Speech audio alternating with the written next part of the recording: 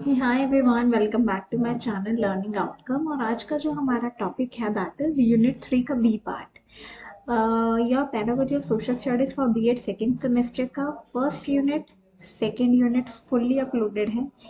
Description box में playlist given है, link given है, वहाँ पे लिंक पे क्लिक करें एंड सारी वीडियोस को बिंज वॉच कर लीजिए। आपकी एग्जाम प्रिपरेशन फुल्ली हो जाएगी। एंड कमेंट डाउन करके बताना कि आपको कितनी हेल्प हो रही है। एंड बस सब्सक्राइब कर देना, और तो कुछ नहीं चाहिए।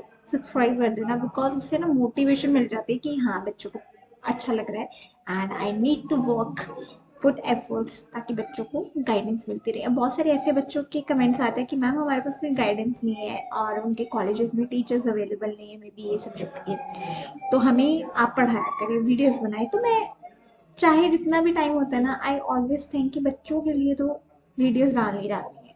तो अगर आपको ये वीडियोस अच्छी लगती हैं तो सब्सक्राइब करें, कमेंट करके बताएं और लाइक भी कर दिया करें। लाइक करने से क्या, शेयर कर दिया करें अपने फ्रेंड्स के साथ, तो उससे वीडियो की रीच एंड ग्रोथ और लेवल पे हो जाती है, बच्चों को सीखने को मिलता है। ओके, तो आज हमारा यूनिट 3 का बी पार्ट है।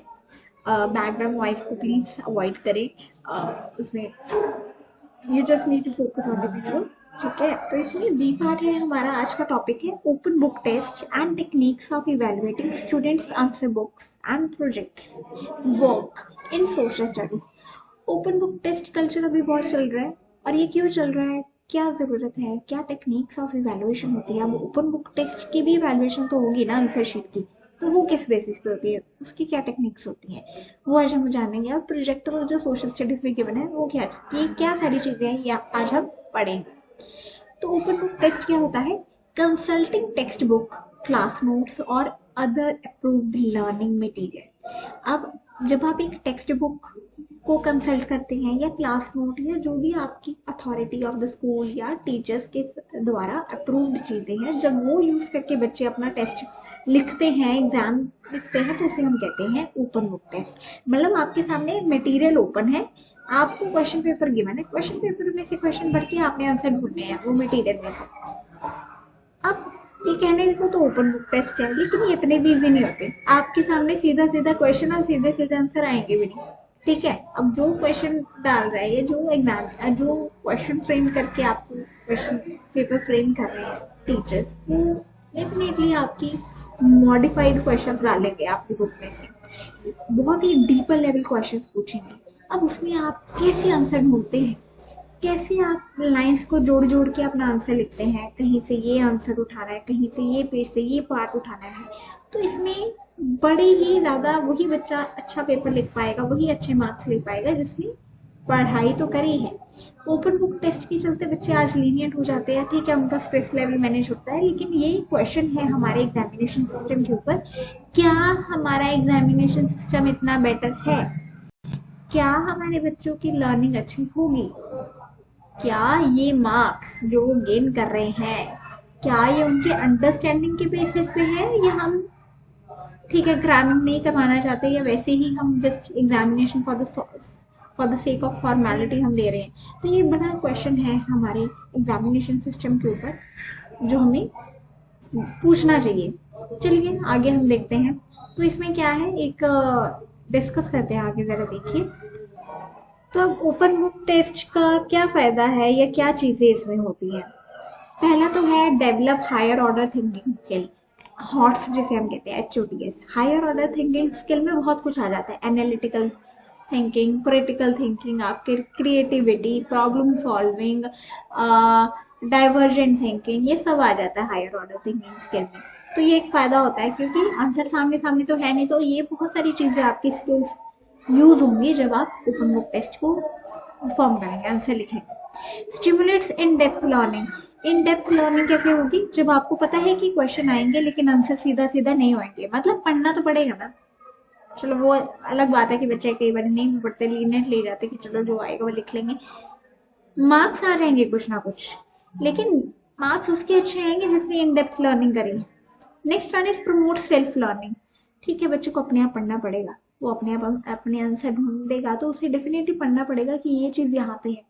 ठीक है, अब ओपन बुक टेस्ट का ये फायदा है कि बच्चे खुद पढ़ाई करते हैं, reduces students anxiety and stress, जो एग्जामिनेशन का स्ट्रेस होता है कि हाँ जी सब याद करना है, सब मेमोराइज करना है, कुछ बच्चे क्रैमिंग करते हैं, कुछ फैक्ट्स मेमोराइज करते हैं, तो ये सारा स्ट्रेस ना रिड्यूस हो जाता है।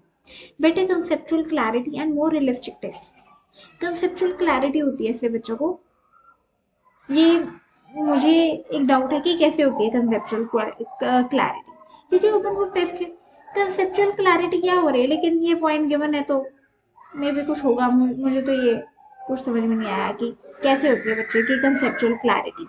And more realistic test, more realistic test हम ये जरूर कह सकते हैं कि हाँ जी क्वेश्चन पेपर गिवन है, टेस्ट में वही बच्चे अच्छे मार्क्स लेके आएगा जिसने बहुत अच्छे से पढ़ाई करी है, तो रियलिस्टिक टेस्ट तो हुआ कि आपके मार्क्स वैसे ही आएंगे जो आपने आंसर में लिखा है, ठीक है, तो कोई आउट ऑफ द बॉक्स आपके मार्क्स नहीं आने वाले, जो आपने लिखा है उसी के बेसिस पे आपको नंबर मिलेंगे। Fulfil broader AIIMS of education, broader AIIMS of education जरूर होते हैं फुलफिल, कैसे कि एम ऑफ एजुकेशन क्या होता है, लर्निंग होनी चाहिए बच्चे की, फन लर्निंग, ठीक है, फन लर्निंग कैसे होती है कि बच्चे का स्ट्रेस तो वैसे ही रिमूव हो गया है, रिड्यूस हो गया है, तो बच्चा कहीं ना कहीं अब फ्री माइंड से वो पढ़ सकता है, जो एक बर्डन होता है पढ़ाई का वो हटता है, ठीक है, एम्स काफी है एजुकेशन की, तो वो कहीं ना कहीं फुलफिल होते हैं ओपन बुक टेस्ट की वजह से। ओके, तो आगे हम देखते हैं कि strength of open book test क्या होते हैं। स्ट्रेंथ्स की हम बात करते हैं तो मतलब बेनिफिट्स एडवांटेजेस कुछ भी आप देख सकते हैं, स्ट्रेंथ या उसकी फीचर्स, पॉजिटिव फीचर्स क्या है उसकी, वो देखते हैं। असेसिंग एबिलिटीज, असेसिंग एबिलिटीज में हम ये देख सकते हैं कि बच्चे की पर्सनैलिटी कैसी है, क्योंकि जो वैसा बच्चे हम जैसे बच्चे आंसर लिखते हैं ना उससे बेसिस से बहुत कुछ पता चल जाता है, बच्चा जैसे लिखता है उसके बारे में बहुत कुछ उसकी एबिलिटी हमें पता चल जाती है, उसकी नॉलेज कितनी है, ठीक है, उसकी कंसेप्चुअल क्लैरिटी कितनी है, ये सब पता चल जाता है। फिर आता है reduce cramming, definitely book open है तो डेफिनेटली बच्चों की क्रैमिंग वगैरह हम कहीं ना कहीं किसी ना किसी वे से तो रिड्यूस कर ही सकते हैं। डेवलप थॉट्स, वही जो हमने बात करी हायर ऑर्डर थिंकिंग स्किल। फिर डीप लर्निंग, वही जो डीप लर्निंग की हम बात करते हैं कि बच्चा अगर पेपर परफॉर्म कर रहा है या उसके आंसर लिखेगा तो डेफिनेटली कहीं ना कहीं वो पढ़ेगा, लर्निंग मटेरियल को अच्छे से जानेगा, ठीक है, गो थ्रू होगा, एक बारी एक्टिवली इन्वॉल्व होगा लर्निंग प्रोसेस में। Reduce exam anxiety and stress, वही जो हमने पहले डिस्कस करा पॉइंट में। क्लैरिटी, क्लैरिटी की इसमें हम जब बात करते हैं तो हम ये डिस्कस करते हैं कि जो रेफरेंसेस गिवन है वो बच्चा अच्छे से गो थ्रू होगा, क्लास नोट्स है तो वो गो थ्रू होगा, कंटेंट को एक बार रीड करेगा, कंसेप्चुअली उसकी क्लैरिटी जो होगी वो कहीं ना कहीं थोड़ी बहुत तो वो लेके आएगा ही आएगा। फिर बेस्ट रिस्पॉन्स जो उसने लिखना है क्वेश्चन का वो ढूंढेगा, ठीक है, कंटेंट को बार बार रीड करेगा, फिर वो मोर टाइम उसमें इन्वेस्ट करेगा ताकि वो चीजों को समझने की कोशिश करे, जो गिवन है कैसे उसने ऑर्गेनाइज करना है अपने आंसर को, तो वो उसकी सब्जेक्ट नॉलेज को बयान करेगी उसकी आंसर आंसर बुकलेट, है ना। More realistic test, more realistic test कैसे होती है ये, मोर रियलिस्टिक टेस्ट मतलब उसकी जो एबिलिटी है बच्चे के आंसर से पता चल जाती है, ठीक है, उसकी एप्लीकेशन कैसी होगी, बहुत कुछ बच्चे लिखते हैं, वो उसने जो सीखा है, जो उसने लर्न करा है, एप्लीकेशन क्या है जब वो लिखेगा, उसकी एनालिटिकल थिंकिंग कैसी है, वो इवेल्युएट कैसे कर रहा है, उसकी क्रिएटिविटी एबिलिटी कैसी है, ठीक है, फिर वो मोर वैलिड आंसर लिख पा रहे हैं या नहीं। फिर हम देखते हैं कि जब बच्चा हाई अचीवमेंट कैसे उसकी होगी आंसर में से, जो वो आंसर लिखेगा वो क्वेश्चन में उसकी हाई अचीवमेंट तभी होगी जब जैसा वो आंसर लिखेगा, तो उसके रियलिस्टिक टेस्ट हम ये कह सकते हैं, जो हमने पहले पॉइंट में डिस्कस करा। फिर अब हम उसकी लिमिटेशंस की बात करते हैं, not suitable for all learner, definitely सब अपने अपने पेस पे आंसर लिखते हैं, सब अपने अपने पेस पे कंटेंट को गो थ्रू करेंगे, ठीक है। अब इसमें बहुत सारे चैलेंजेस बच्चे फेस कर सकते हैं, कईयों को एक्स्ट्रा टाइम लगता है, लेकिन जो बच्चे सेल्फ लर्निंग से ही, जैसे हमने पॉइंट डिस्कस करा सेल्फ लर्निंग, कईयों को हेल्प की जरूरत पड़ जाती है तो वो क्या करेंगे बच्चे, ठीक है, तो कहीं ना कहीं ये हर लर्नर के लिए सुटेबल नहीं है। रिक्वायर गुड सोर्स, अब गुड सोर्स चाहिए, हमारे एग्जाम अगर हमारे एजुकेशन सिस्टम में देखें तो कहीं ना कहीं बुक्स के ऊपर भी सवाल उठ जाते हैं कि ये चीज कैसी है, तो जो हम सोर्स बच्चे को देने वाले हैं ओपन बुक टेस्ट के लिए वो रिलायबल होना चाहिए, गुड सोर्स होना चाहिए। हमारे पास तो सोर्सेज की बड़ी कमी है, तो आप जरा सोचिए कि आप जो बच्चों को रिसोर्सेज प्रिस्क्राइब करेंगे या उनको कहेंगे कि ये यूज करें, क्या वो अवेलेबल है मार्केट में इतने ज्यादा नंबर ऑफ बच्चों के लिए, तो ये एक क्वेश्चन है, हमारी लिमिटेशन ये आती है वहां पे। Devote less time to studies, अब बच्चे क्या करते हैं, उन्हें पता है ओपन बुक टेस्ट है तो पढ़ने की जरूरत नहीं है, तो डेफिनेटली वो जो अपना पढ़ाई की तरफ, अगर जो हम पढ़ते हैं हमारे ओपन बुक टेस्ट नहीं नहीं होते ना बीएड में, हम क्या करते हैं, पढ़ के जाते हैं फिर लिखते हैं। तो हम क्या करेंगे, एक बार ही पढ़ेंगे, टाइम डिवोट करेंगे। लेकिन जो बच्चों को ओपन बुक टेस्ट है वो तो डेफिनेटली पढ़ेंगे, वो तो लेस टाइम डिवोट करेंगे। Increase workload. अब वर्कलोड जब हम बात करते हैं तो वर्कलोड किसका, बच्चों का और स्टूडेंट का, दोनों का। चैलेंजिंग सिचुएशंस कई बार टीचर्स के सामने भी आती हैं। तो जब आपने ओपन बुक में से मटेरियल दे दिया बच्चों को, तो टीचर्स को भी ये पता होना चाहिए कि ये आंसर जो हम क्वेश्चन में जो फ्रेम कर रहे हैं इसका आंसर क्या है एक्चुअली। अब बच्चे अपनी लैंग्वेज में भी आंसर लिखते हैं, अब बुकिश नॉलेज ढूंढे या अपना आंसर बच्चे का ठीक करे। तो ये टीचर्स के लिए चैलेंज है। बच्चों के लिए चैलेंज ये है कि इतना सारा कुछ है, कोई एक बच्चा कुछ आंसर लिखेगा, एक बच्चा कुछ आंसर लिखेगा, तो बच्चों को भी तो प्रॉब्लम आएगी कि करेक्ट आंसर है क्या। तो वर्कलोड तो दोनों तरफ से इंक्रीज होगा ना। Tough assessment criteria. Tough assessment criteria कैसे है, अब ओपन बुक टेस्ट है तो डेफिनेटली असेसमेंट क्राइटेरिया भी टफ होगा। कंटेंट एक्सपोजर काफी है, लेकिन कंटेंट सही होना चाहिए, फिर ही नंबर मिलेंगे। तो ये एक चैलेंजिंग असेसमेंट होता है टीचर्स के लिए भी, और बच्चे जब अपनी सेल्फ असेसमेंट करते हैं तो वो भी चैलेंजिंग होगी उनके लिए। Increased difficulty level of question. अब क्वेश्चन डेफिनेटली सीधे सीधे नहीं आएंगे, मॉडिफाइड आएंगे। 2-3 क्वेश्चंस वो क्या कहते हैं कि मर्ज होके आएंगे। कहते हैं ना, एक ही क्वेश्चन में 3-4 चीजें पूछी हुई है, ये भी बता दो, ये भी। तो ये हम क्या कहते हैं, डिफिकल्टी लेवल इंक्रीज हो जाता है क्वेश्चंस का। अब हमने वो पढ़ ली, स्ट्रेंथ पढ़ ली, लिमिटेशन पढ़ ली। अब इवैल्यूएशन की बात करते हैं कि अब इवैल्यूएशन होगी कैसे आंसर्स की। Go through instructions of the question paper. पहले तो क्वेश्चन पेपर में जो जनरल इंस्ट्रक्शंस है वो पढ़ें। Read paper thoroughly. जो पेपर होता है ना उसके सारे क्वेश्चन थॉरोली रीड करो, सारा कुछ थॉरोली रीड करो अच्छे से। थॉरोली रीड करना का मतलब है कि अच्छे से पहले पढ़ लो कि क्वेश्चन पेपर में क्या क्या क्वेश्चन गिवन है। Consult blueprint. ब्लूप्रिंट का मतलब है कि जो एग्जैक्ट क्वेश्चंस का ब्लूप्रिंट होता है, इतने अंडरस्टैंडिंग बेस्ड क्वेश्चन है, इतने नॉलेज, इतने एप्लीकेशन बेस्ड, इतने शॉर्ट टाइप, इतने ऐसे टाइप, इतने ऑब्जेक्टिव क्वेश्चंस, उनकी मार्किंग स्कीम क्या होगी, ये सब कुछ ब्लूप्रिंट में आ जाता है। आपने ब्लूप्रिंट बनाए भी होंगे सेकेंड सेमेस्टर में, तो वही ब्लूप्रिंट होते हैं। अगर आपको ब्लूप्रिंट नहीं पता तो एक बार आप मुझे कमेंट डाउन करके बता दें, मैं आपको एक वीडियो भी अपलोड करके दे दूंगी कि व्हाट इज ब्लूप्रिंट और ब्लूप्रिंट कैसे बनाते हैं। Then is assigning marks according to answers. Answer जैसे लिखे जाएंगे वैसे ही मार्क्स मिलेंगे, right. Give due time to each answer sheet. एक आंसर शीट को प्रॉपर टाइम देके समझना कि बच्चे ने क्या लिखा है, फिर ही आप एनालाइज इवैल्यूएट कर पाएंगे कि उसे कितने मार्क्स देने हैं। Care of over attempt. अब जब किसी बच्चे ने ओवर अटेम्प्ट कर लिया क्वेश्चन का, तो डेफिनेटली कई स्कूल में मैंने देखा है कि जो बेस्ट आंसर होता है ना उसके नंबर काउंट होते हैं। मतलब अगर बच्चे ने 2 क्वेश्चन अटेम्प्ट करे हैं एक यूनिट में से, तो उसके जो हाईएस्ट मार्क्स आते हैं ना जिस क्वेश्चन में से, वो आंसर को कंसीडर करते हैं। मतलब अगर 2 क्वेश्चन है एक यूनिट में और एक यूनिट में उसके 10 आउट ऑफ 9 आ रहे हैं, एक क्वेश्चन में उसके 10 आउट ऑफ 5 आ रहे हैं, तो डेफिनेटली 9 मार्क्स उसके काउंट होंगे बजाय कि 5 में, बिकॉज बेस्ट आंसर को कंसीडर करा जाता है। लेकिन अब केयर ऑफ ओवर अटेम्प्ट हर जगह पे अलग अलग क्राइटेरिया होगा, तो वो क्राइटेरिया क्या होगा इवैल्यूएशन का, वो वहां पे पता चलेगा टीचर्स या उस ऑर्गेनाइजेशन का। Checking where handwriting is knowledgeable. इसका मतलब ये है कि कई बार बच्चों की राइटिंग लेजिबल नहीं होती है, रीड ही नहीं कर सकते आप, राइटिंग इतनी खराब होती है कई बार तो। लेकिन आप ये नहीं कह सकते कि मैंने तो आंसर बुकलेट चेक ही नहीं करनी, नहीं। चाहे राइटिंग खराब है लेकिन फिर भी आपको चाहे टाइम एक्स्ट्रा लगे, आपने वो आंसर रीड करना है, because that is your justice to your profession. आपको पता है हर बच्चे की राइटिंग अच्छी नहीं होने वाली, बट दैट डजंट मीन कि वो बच्चे ने आंसर नहीं अच्छा लिखा होगा, है ना। ये भी तो हो सकता है उसने आंसर लिखा हो अच्छा लेकिन उसकी राइटिंग खराब है। इसका मतलब ये नहीं होना चाहिए कि आप उसके marks come low just because of the writing. आप अच्छे से रीड करें, अगर उसका कंटेंट अच्छा है तो डेफिनेटली उसे मार्क्स दें। Avoid erratic marking. Erratic marking का मतलब ये होता है कि आप बच्चे की मार्किंग बिल्कुल केयरफुली करें, ठीक है। सेक्शन नंबर देखें कि उसने ए सेक्शन परफॉर्म करा है, सी करा है, बी करा है, डी करा है, कौन सा है, फिर कितने क्वेश्चन करे हैं एक यूनिट में से, बेस्ट वाला कौन सा है, क्या मार्क्स मिलेंगे। तो ये सारी चीजें होती हैं इरेटिक मार्किंग को अवॉइड करने के लिए। ग्रैंड टोटल आप फिर आप देखेंगे कितना उसका ग्रैंड टोटल बन रहा है, कि कोई मिस्टेक तो नहीं है, अगर कहीं नंबर आ सकते हैं तो उसे दे दें, है ना। कोई एहसान नहीं होता है नंबर देना, पहली बात तो ये, लेकिन अगर उसने अच्छे से पेपर लिखा है तो उसे मार्क्स मिलने चाहिए।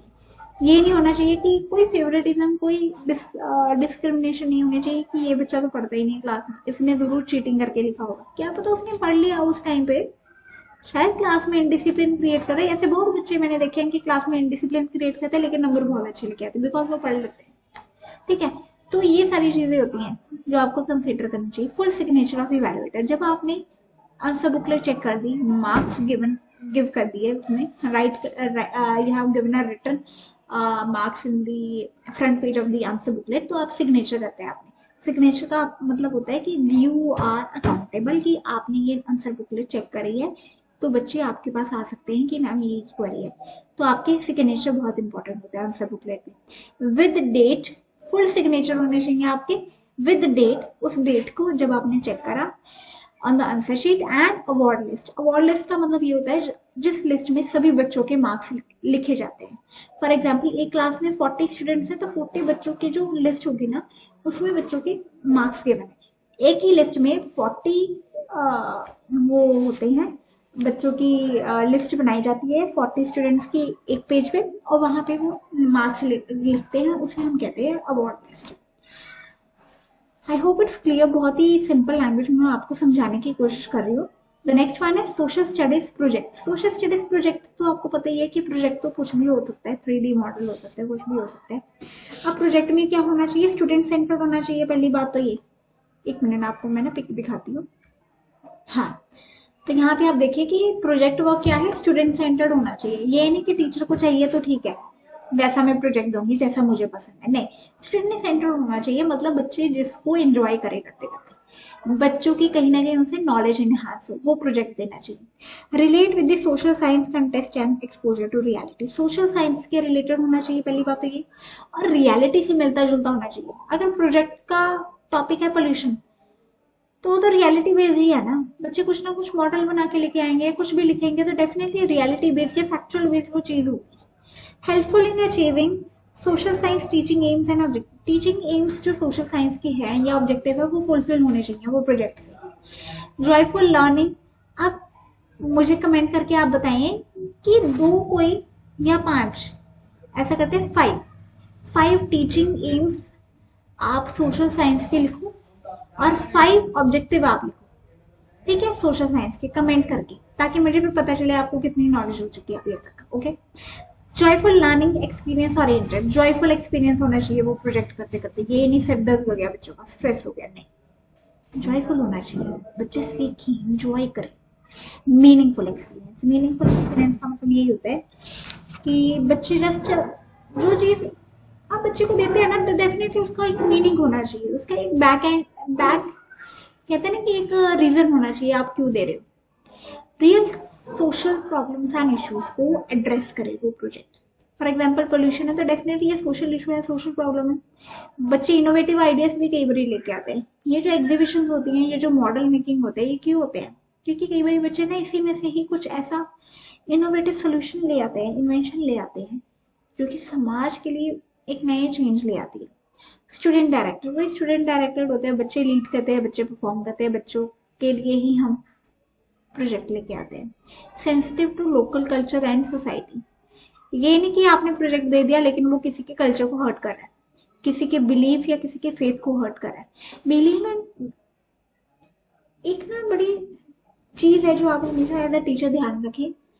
कई बार ना आप किसी और रिलीजन से हैं और कई और रिलीजन के बच्चे आपकी क्लास में हैं, तो एज अ रिलीजियस डिफरेंस आपने क्रिएट नहीं करना है प्रोजेक्ट्स के थ्रू, अपनी टीचिंग के थ्रू या अपने शब्दों के थ्रू, नहीं, कभी नहीं करना। दूसरी बात, आप कभी भी किसी के कल्चर को हर्ट नहीं करेंगे, किसी के बिलीफ, किसी के फेथ को हर्ट नहीं करेंगे। कई बार बिलीफ एंड फेथ जो एक इंसान के होते हैं वो बड़े स्टीरियोटाइप्स होते हैं, अंधविश्वास होते हैं, लेकिन वो फेथ है उनका। ये फेथ के ऊपर ना कभी लॉजिक या क्वेश्चन नहीं उठाया जाता। कई बार हम कहते हैं इसके पीछे साइंस क्या है, मैं भी ऐसा करती थी जब मैं छोटी थी, तो मैं भी कहती थी ये चीजों के पीछे साइंस क्या है, मैं नहीं मानती। लेकिन द रियलिटी इज फेथ के ऊपर क्वेश्चन करा ही नहीं जा सकता, तभी तो उसे फेथ कहते हैं। फेथ इज जस्ट कि वो किसी को हार्म ना करे। वो अंधविश्वास आपके लिए हो सकता है लेकिन सामने वाले के लिए नहीं। वो सामने वाले के लिए बहुत कुछ हो सकता है उसकी जिंदगी के लिए। तो अगर आप क्वेश्चन करते हैं, अगर आप किसी के सेंटिमेंट्स को हर्ट करते हैं, तो that is a biggest sin that you can do. और अगर टीचर आपको ये कभी नहीं करना चाहिए, कभी भी नहीं करना चाहिए। Okay, I hope it's clear. अब सोशल साइंस के प्रोजेक्ट की डिस्कस कर लेते हैं थोड़ा सा। सोशल स्टडीज प्रोजेक्ट, अभी कैसा होना चाहिए सोशल स्टडीज प्रोजेक्ट के बारे में, ये कुछ पॉइंट्स आपको कंसिडर करने चाहिए ताकि आप बच्चे को जब प्रोजेक्ट देते हैं, क्रिएटिविटी का स्कोप हो, उसमें बच्चा अपनी तरफ से कुछ क्रिएटिविटी लेके आए प्रोजेक्ट में। कंटेंट अवेलेबल होना चाहिए डेफिनेटली, तभी बच्चे परफॉर्म करेंगे वो प्रोजेक्ट को। टीम वर्क में अगर आप प्रोजेक्ट दे सकते तो बहुत अच्छी बात है। कई बार टीम्स भी ना बड़ी सोच समझ के बनानी पड़ती है। कई बार बच्चों का घर पास में नहीं होता, कई बार बच्चे एक दूसरे के घर जाना भी नहीं चाहते लेकिन टीम वर्क करना चाहते हैं। ऑनलाइन कुछ हो सकता है प्रोजेक्ट, तो कुछ भी हो सकता है। तो आपको सारे बच्चों की चिल्ड्रन की नीड को ना एड्रेस करना है as a teacher. Criteria set होना चाहिए। रूब्रिक्स आप फॉलो कर सकते हैं। रूब्रिक्स की वीडियो ए पार्ट में अपलोडेड है, ये बी पार्ट है, तो रूब्रिक्स जरूर देख लेना, वो that is very much important और ये पेपर में आते ही आता है। क्राइटेरिया वही सेट करेगा रूब्रिक्स। क्वालिटी देखनी होती है। जब आप प्रोजेक्ट दे तो बच्चों को क्वालिटी बताएं कि this is the expectation of your project और ये एक्सपेक्टेशन आपको मीट करनी है। रूब्रिक्स यूज वही जो क्राइटेरिया उसी में ही आ जाता है। रूब्रिक्स यूज में अगर आप अलग से हेडिंग बना के डालते हैं तो इसका मतलब ये होता है कि जो रूब्रिक्स है ना वो ट्रांसपेरेंसी बच्चों में लेके आती है। रेटिंग स्केल उसमें आ जाता है, ठीक है। बच्चों की स्कोरिंग बहुत अच्छे से उसमें आप गिव कर सकते हो बच्चों को। वाइवा हो सकता है वो प्रोजेक्ट के थ्रू ही। कई बार आप कुछ फाइल बनाने के लिए देते हैं और उसी में से वाइवा आ जाता है। तो बच्चों का ऑरल जो रहता है ना, कई बार रिटर्न में ही हम इन्वॉल्व रहते हैं, लेकिन बच्चों की ऑरल क्या कहते हैं, ऑरल स्पीच, ऑरल कंटेंट, या बच्चा अपने आप को एक्सप्रेस कैसे करेगा, ये सारी चीजें भी हमने डेवलप करवानी होती है एज अ टीचर। तो ये भी पॉसिबल होता है जब आप प्रोजेक्ट देते हो उसी में से वाइवा ले लेते हैं। फीडबैक जरूर बच्चों को फीडबैक दे। प्रोजेक्ट लेके रख लेते हैं लेकिन कोई फीडबैक नहीं मिलता तो बच्चों को लगता है ये तो एवं ही है, ये तो एवं ही है, कुछ नहीं होता, नंबर लगाने फॉर्मेलिटी की चीजें नहीं। ठीक है, फॉर्मेलिटी है लेकिन उसमें से ही आप कुछ अलग लेके आए ना एज अ टीचर। बच्चों को फीडबैक मिलेगा तभी आप उसको इम्प्रूव कर पाएंगे। फॉर एग्जाम्पल क्लासेस में आप प्रेजेंटेशन देते हैं, जब आप फोर्थ सेमेस्टर में आओगे ना, आपकी बहुत सारी प्रेजेंटेशन होती है, बहुत ज्यादा। तो टीचर्स आपको ना प्रेजेंटेशन के बाद फीडबैक देते हैं, वो फीडबैक आपको इम्प्रूव करने की हेल्प करता है। तो ये सारी चीजें होती हैं। आज हमने बहुत डिस्कशन कर ली है। I hope this video helps and थोड़ी तबीयत ठीक नहीं थी आज, लेकिन बहुत कोशिश करी कि आपको सिंपली मैं आपको समझा पाऊँ। आपके लिए वीडियो डाली है, एक सब्सक्राइब तो कर ही देना यार, सारे सब्सक्राइब कर दिया करो। देख लेते हो लेकिन सब्सक्राइब नहीं करते, बड़ा कई बार हर्ट लगता है, लेकिन हाँ कर लिया करो सब्सक्राइब, आपको तो पता ही है। And third semester fourth semester भी तो कंटिन्यू करना ही है साथ में। Then do it, like, comment and subscribe, share कर देना वीडियो को। And see you soon in the next video. And video अच्छी लगी हो देन डू गिव ब्लेसिंग्स, है ना। मेरी तबीयत बिल्कुल भी ठीक नहीं थी यार, लेकिन फिर भी चलो कोई नहीं, देखते हैं। Okay, so see you soon in the next video. Till then take care, bye, have a nice day.